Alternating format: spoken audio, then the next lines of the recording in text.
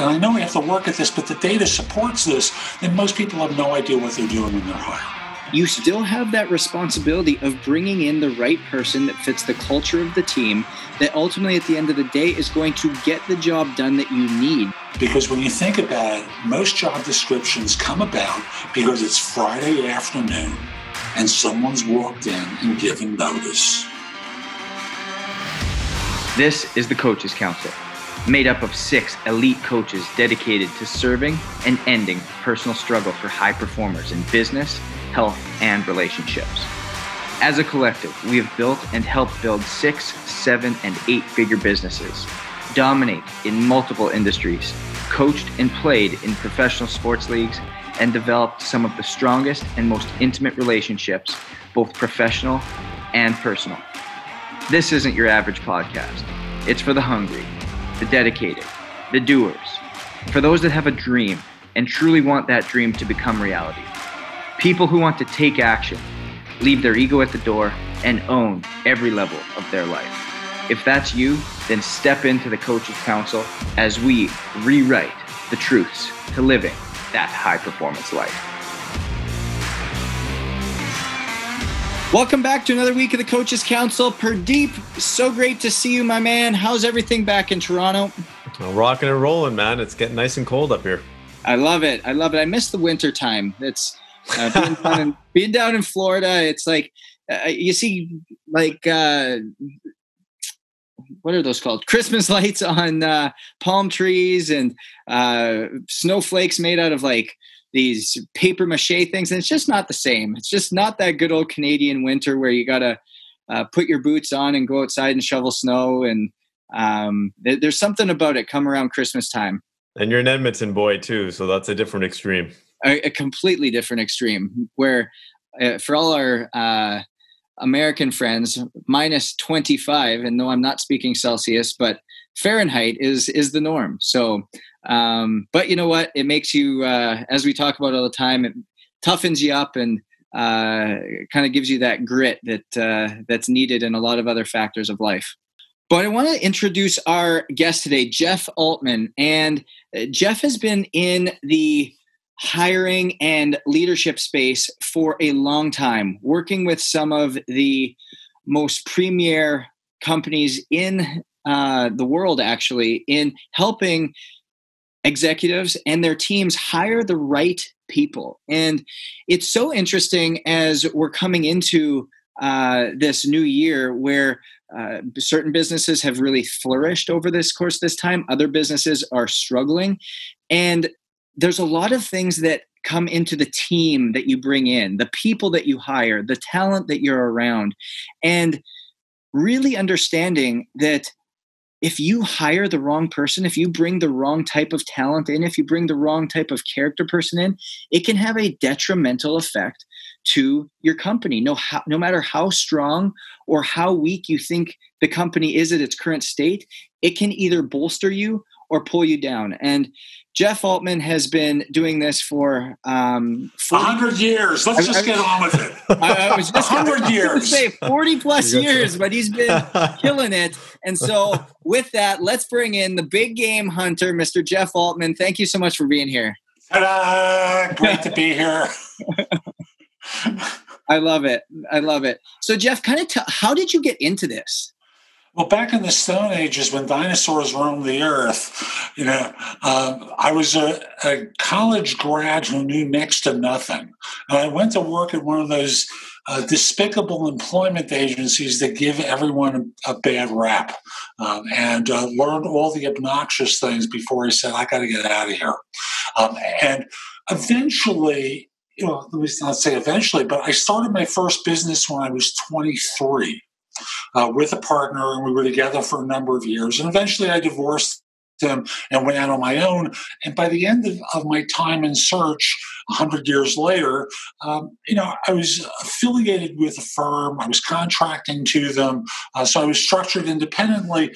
But, it was one of those, no little boy or little girl really ever grows up to say, Mom, Dad, I want to be a headhunter. You kind of stumble into it. And that's what happened for me. And as time progressed, I kind of evolved in my career, become more professional, develop more education, learn to evaluate and assess people a little bit differently, all based upon my master's in social work, experiences I had with men's retreats around the country and doing group work. It's been a number of years of work to get me to this place, or for that place, I should say. What's the biggest thing that you've noticed? You said really kind of developing the understanding of what to look for when you're trying to bring people in, or teach people what to look for when bringing new people into your network or into your organization. What is the number one thing or top three things that you educate people on as they're embarking on this process? So the first thing is the realization, and I know I have to work at this, but the data supports this, that most people have no idea what they're doing when they're hiring. And I can say that definitively because statistics bear it out. So in one group of stats, depending upon whose you look at, within 18 months of someone joining an organization, they have buyer's remorse. Wow. So, and at the executive level, it's 46%. And with those employees, well, globally, the number on employee engagement is at 15%. The U.S. is real good at 32%. So 1 out of 3 people is engaged in the organization, and the remainder either really don't care or actively trying to undermine your work. So, and the numbers in the U.S., despite everything that everyone knows about employee engagement, all the work that goes into it, the numbers haven't moved in the last 5 years. So obviously something wrong is going on, right? The numbers don't lie this way.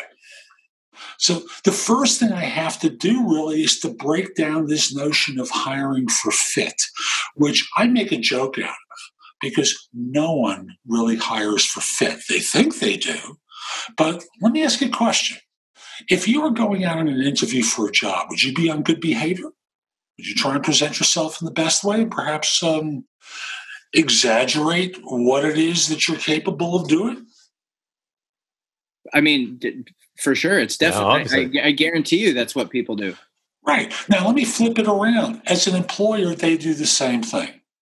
And I figured that out pretty early in my career in search when it came to me that I'd never heard of an employer ever say to a job seeker, Justin, Pradeep, I've got a real problem around here. I've inherited a team of imbeciles, and we are completely incapable of doing what we're required to do. And my predecessor got fired, and so did hers, and I've been moved into this group, and I need to hire someone to help me save my derriere. No one ever says that, but it's true. Instead, they've all got these happy little smile button faces on. Yeah. And they talk about it. I got a great opportunity with a terrific team of people. Did I mention we're like family around here? Like the family in the Christmas movies where they're at one another's lungs and throwing things at one another. Maybe it's that kind of a family, but, and once they bring people on board, having lied to them about what the opportunity is like, people get emotionally crushed. Like there's one guy I've been working with for a long time. I originally met him when he's working with one firm in the States, and I've brought him to another firm outside of the States, and now bringing him back to the U.S. So he gets recruited by this firm outside of the U.S. I don't want to say specifically where he is because he's just given notice. We're dealing with the last issues for his completion with his current firm, so don't want to bring up where.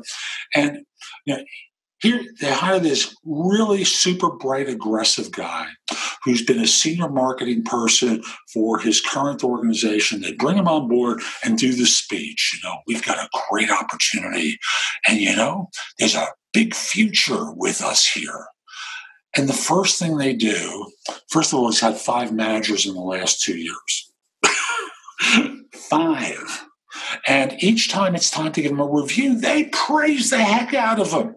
They tell him wonderful things about his work. No money, wonderful things about the work. But you know what? We've got some good people on your team. We've got to evaluate to a certain level. So would you take one for the team here and accept grades on a 1 to 5 scale just under a 4? Even though we think you're great at what you're doing, you've really turned things around. And 2 years later, it came back to bite him on the butt for being a nice guy and going along and being a team player. Firms destroy the people that they bring on board.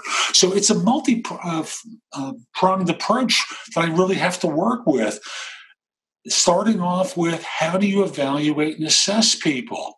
And once you get them on board, how do you inspire them? Not motivate, inspire them to excellence and reduce friction from the organization so they can do great work. No, I was just going to say, what you talked about it reminds me of when I was in the corporate world and we used to go through interviews. And one of my last roles as an executive was working for an organization that was unionized. And I remember hiring some of our VPs and when we were going through the interviews, one of my colleagues, as he was expressing the culture of the organization, the candidate was asking, well, how are things around here? And he said, yeah, you know what? We're doing great. We're doing really well. Our numbers we had tremendous success. But being in that unionized environment, there were some real issues. There were some significant issues. And I just remember looking over at him and saying, what the hell are you telling this guy? This is a bunch of BS. Like, we got some problems. And if we're gonna paint it like a rosy picture, this guy's gonna have issues coming in because just like you said, we're interviewing him, but he's also interviewing us, and they're selling to one another. Yeah, and it's hard. And the selling involves a degree of, I smell something that's unpleasant here. I'm not going to use the word, but I think most of you are bright enough to figure out what I'm smelling here. And unfortunately, that's part of the package. Yeah. And so do you coach, when you're working with executives that are looking for individuals, do you coach them through, okay, this is how you conduct a proper interview. This is how you need to present yourself. What's your approach in working with organizations? My favorite story here is about how job descriptions are generated. Because when you think about it, most job descriptions come about because it's Friday afternoon and someone's walked in and given notice. And the person who's been given notice to calls over to HR and goes, hey, Justin, you got that job description we used to hire Pradeep? Yeah, I just gave notice. And you think you can get that job description out to our resources and see if you can get onto my calendar for Tuesday? Yeah, that, or there's no job description whatsoever. We need to create one ASAP, right? Right. So, maybe, and HR people laugh when I say this because you'll understand why in a second, maybe the job description is 80% accurate. But no one's ever updated it in the last 10 years. They just keep funneling it out and figuring out as they go along what it is they really want. But because it was institutionally approved somewhere around the time where Bill Clinton was president, they keep giving it out. So no one wants to go back and get more approvals. So the first thing is get clear about what you want and what you're looking for. That's always the launch point. Now, you can adapt it as you go along, but at least adopt the baseline. And everyone who's involved in the process needs to understand what it is. Because usually what happens, I'll use the example of a plant manager. Plant managers try to hire someone. How many other people would get brought into the interview process? You tell me. 2, 3 people? How many people would get involved other than HR? So each person has to understand what it is that's being sought and what it is the plant manager wants them to really evaluate for and how. Because normally what happens is, and again, someone said this to me as I was interviewing them for my show, they said, normally the decision is made at the time the person's in the lobby, or 10 minutes before the interview, during pandemic times while they're waiting to be connected over video. they decide what they're going to ask a few minutes before the interview, which is, a pattern that's going to lead to arbitrary questions instead of standardized ones for which you can measure people's answers against the baseline of what the requirement is. This is so simple, but no one does it. Instead, they kind of wing it. Just like the candidate makes the mistake of winging it, well, employers do the same thing. I'll go talk to him about such and such, they may say to the subordinate doing the interview. And I worked at a search firm, and people would say that to me 5 minutes before, or maybe while the person was in the lobby. And thus, you have no idea what the real target is. So I'm a believer you get real clear about what it is you want. And if you need to adapt it a little bit later on, because needs kind of evolve over time, what you wind up doing is adapt, communicate, change the job description so everyone's on the same page. Anyone involved in the process has to be told what it is that you're really looking for now and how to evaluate for it. And there's one answer that's completely unacceptable. And it's too late. As so often is given, because there's no specificity. If you're in the HR organization or the HR business partner, or you're a senior individual coordinating this to whom the position reports, too light is useless. Where did they miss? Are they qualified? What did you ask them about? What was their answer? Standardize the questioning and the result, and try to figure out a way that you can get the candidate off the script that they've been programmed to operate from. Because, I'll just simply say, as you know, so many questions, so many interviews start off with the question, tell me about yourself. Or walk me through your background. And everyone knows this, and there's a framework for how employers tend to interview. And it's kind of predictable. So candidates, job hunters, no matter what the level in the organization, have the idea that they know what's going to be coming, and the stupid ones don't rehearse for it.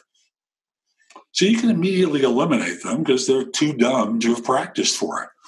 But, if I'm in an organization trying to hire you, hire someone for a role, the first question that I ask them is, what's most important to you in the next job or organization? That's a much better question than tell me about yourself. Because, once you discover what it is that they're really looking for, you can either give it to them or not. Yeah. And if not, you can end the interview there. It's perfect. You're done. One question. And this is so good for people both on the hiring side as well as the job hunting side, because it's a dual role, right? It's not just you show up and, they're going to ask me questions and I'm going to go for it. Well, you need to be clear both as a job hunter as well as a job giver, if you will, whether you're the employer or the employee looking to be hired, whether the organization is 3 people or 3,000 people that you're leading, you still have that responsibility of bringing in the right person that fits the culture of the team, that ultimately at the end of the day is going to get the job done that you need. Because I can't tell you how many times, and I've been at fault of this in my own business, where I was like, at the end of the day, I was like, I just need an able, breathing body to be able to come in and get the job done, what I need, and really didn't understand fully what they were capable of. And at the end of the day, hired somebody who couldn't get the job done to the extent that I needed it. And then on the other hand, took me 2 to 3 months to figure out what another person was truly capable of, and utilize them to a whole nother level and elevated them in the position of the company. And so both of those as a leader are your fault. You're like Bedros Keuilian always says, leadership is the problem, but leadership is also the solution. And so I'm really curious about what you said there you made a really key point on it where you said it's not about motivating people once you get them in the space they're in. It's about inspiring them. What does that mean? What's the difference between those two? Whether, again, your organization that you're leading or you're running is a company of 3 or a company of 3,000 or a family? So I don't want to claim credit for this. And we tend in U.S. culture to use the two words interchangeably, but they have different meanings. Motivation is pushing to do something that they're resistant to do. So, for example, the person who you coach who doesn't want to do the steps to lose weight. So you got to do, come on, you kind of cheerlead them or push them or make them or whatever it is you do to get them to do what they're resistant to do it. In contrast, inspiring someone is tapping that quality within them that just lights up. So the metaphor I learned from a guy named Lance Secretan, who's a global coach, former president of Manpower, who now does coaching worldwide. Lance uses a metaphor. It's the title of a book he wrote called The Spark, the Flame, and the Torch. And as a leader, his belief, and I love this, and you'll see why I adopted it in a second, is the notion that a person has a spark within them. And you want to support them in bringing it into combusting into a flame that burns bright. So that way, you help them carry a torch out into the world and lead. And thus, the notion of inspiring someone is helping them take that small spark and really bring it out of them.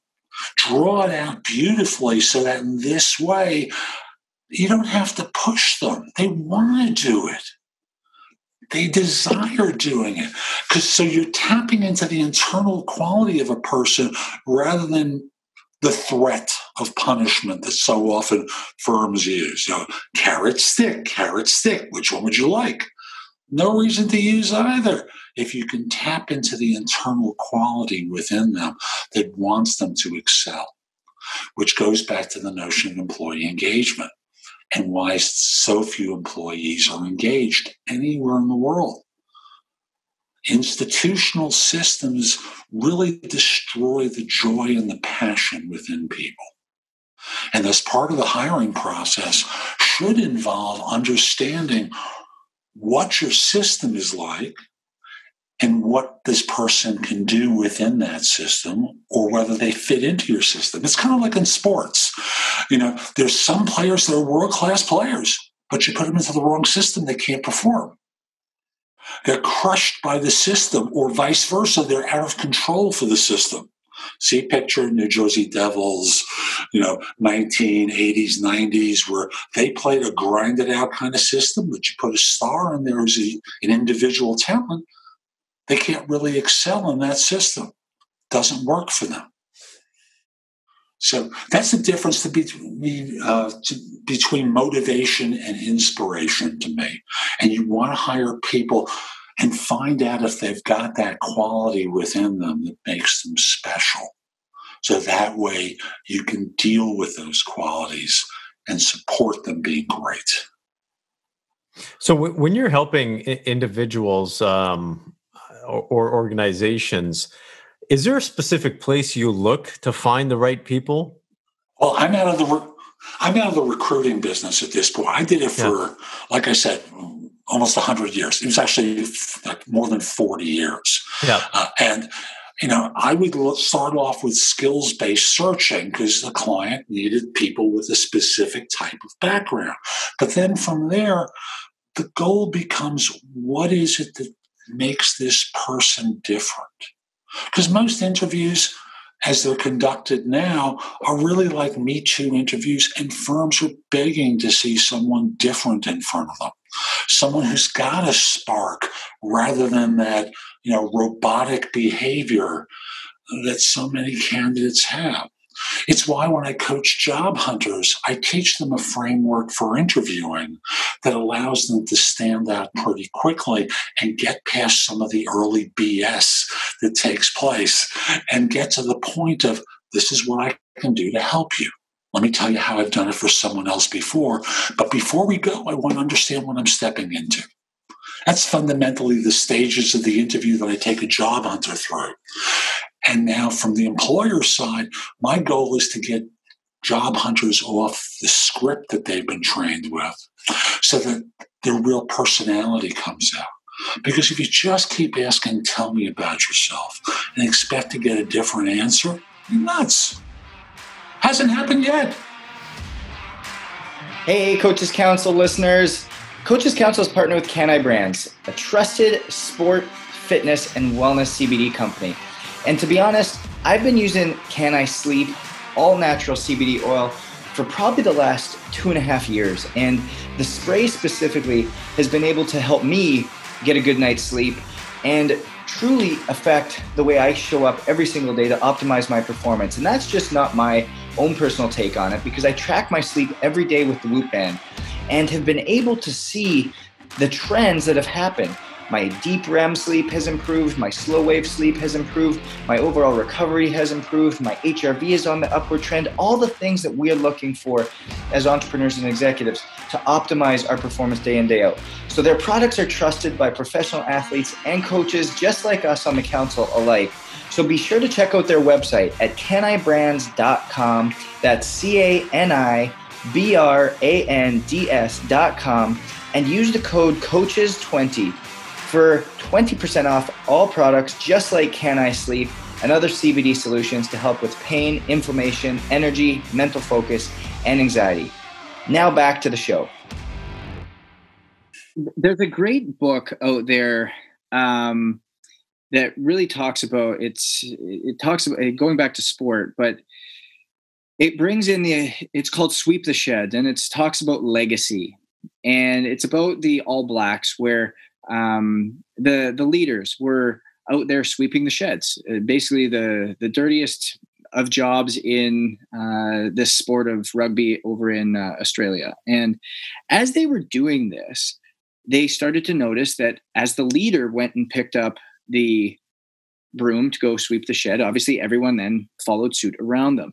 And I think the biggest thing that we start to find difficult in hiring people is, what traits do you look for? How do you uncover those hidden things that people might not come in and be so forthright about in an interview? How do you pull out the true person that's there and understanding whether they're going to be somebody that's going to hold the rope and pull in the same direction, if they have the grit, if that you want, whether they're going to pick up that broom and start sweeping with the leadership team, given that that's what that leadership team truly desires and inspires others to do.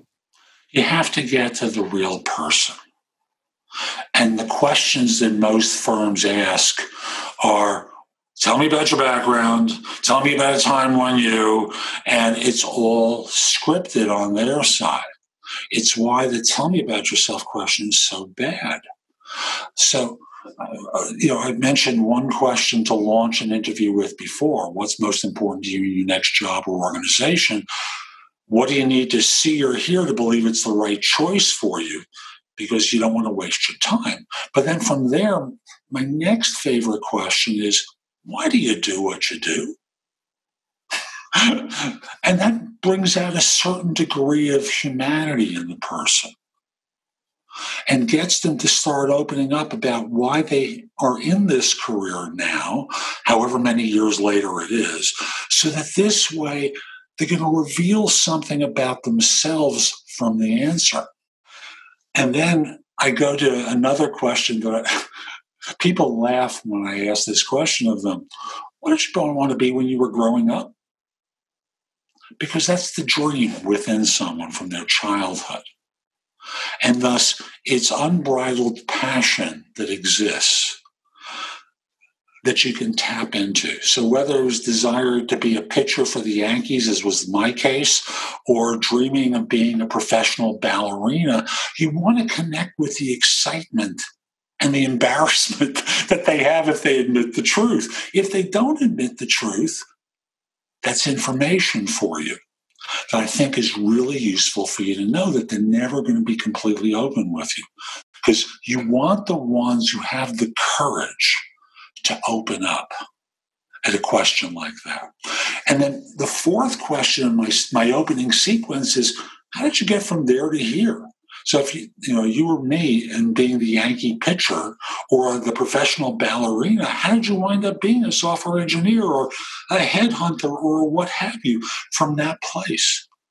And you get them to start to open up and reveal something about themselves that I think is really useful for you as an executive in an organization, considering bringing on another senior leader or even a staff person. It just gives them a chance to share with you.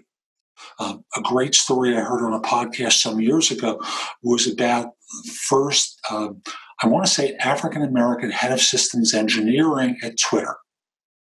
And if you ask them the typical question of, tell me about yourself, you wouldn't have heard how when he was in high school, he would ride the bus 2 hours through gang territory to get to a school where he could practice software engineering. You never hear that story because we all expect to hear the script of, well, I started in the field back when dinosaurs roamed the earth, as I did before. And you go through this short bio about yourself, and who cares? It's on the resume. All you've done is confirm what you already read or skimmed. So the idea is you've got to get to the person. If you don't get to the person, you make the same mistakes to give you the same bad results you've been getting for so long. It's such an interesting point because it really comes all back to communication and building high-quality relationships. Whether you're going to hire that person or not, you enter the space with the intention of getting to know the most about that person with no judgment, no preconceived notion, with all guard down, seeing if they truly do fit with the group. And if you enter in, if I'm hearing you right, when you enter into the space of truly wanting to get to know the person on the other side of the desk, on the other side of the chair, on the other side of the couch, whatever it is that you are, on the other side of the screen, wherever it is that you're doing the interview, if you enter in with a true youthful energy and curiosity with authentic interest, you are going to be able to get a real gut feel as well as some high quality information that will help drive the decision that will prevent maybe past errors that have been made. I agree. And when you evaluate, one thing you might try looking for, and again, credit to Secretan for this one, he uses an acronym in his leadership coaching that I've adopted. The acronym is CASTLE: courage, authenticity, service, truthfulness, love, effectiveness. It's a golden thing, and they're all interdependent upon one another. But it starts with courage. The courage to, as a job hunter, open up and reveal about yourself. As an employer, being honest with what someone's stepping into, unlike the lies at the union shop that are being propagated. And I coached a guy into a role, and he discovered what he was stepping into after he was there. And it was not what was being represented to him. It happens all the time. And people, they think they can get away with it. And in these days of social media being what it is, the stories come out. It's sad. The stories come out, and firms still conduct themselves that way instead of being honest about what people step into. So even if it's bad, say, hey, we got problems here. I get the idea that you're really looking for a challenge. And we've got a challenge, but you got to know what you're stepping into. Let me tell you about my issues here. Instead of discovering in your first week and asking yourself the question, what have I gotten myself involved with? As so many leaders say to themselves, in an organization. And lo and behold, as you show up with that level of authenticity and courage, you're also going to be surprised with the amount of authenticity and courage that comes back from the person that you're interviewing, from the person you're bringing on. And lo and behold, they might be the exact person that you truly need to turn your problem into a ultimate success. And you'll have a great person to work with, because that's really what it'll turn into, is a with rather than have them work for. And frankly, in board level interviews, the ability to sit there and answer the questions and do it with character is one of the qualities that they'll want to see. Because if you try and snow them, trust me, they have very good detectors to pick up on stuff. And, there was a guy I worked with some years ago who was up for a COO role with a firm. And the board member he's talking to starts off with, "Who are your enemies?" That's the first question. Who are your enemies? How'd you make them? It doesn't get easy the more senior you are. And they've got background about you because they've got relationships in organizations that you'd be surprised about. And you got to dig and be prepared for tough questioning. So it's a fun process if you do it the right way. Most firms don't do it the right way. They just want to use the standardized quizzes, and it doesn't work. And the proof is in the data. I love it. It's so interesting, Jeff, because the more that you dig into this, the more that you learn that relationship building, authenticity, showing up as your unapologetically authentic self is really the root of most things, from relationships at work, relationships at home, interpersonal relationships. And at the end of the day, they end up helping you so much more than by doing what's maybe comfortable, by doing what's maybe easy, by taking the shortcut road. But at the end of the day, again, whether you're leading that group of 3 or that group of 3,000, knowing that the people that you have are going to be able to show up, step up, and deliver the way that you need to, and the way that the organization requires to be successful and truly serve and empower and give back the way you need, is worth its weight in gold.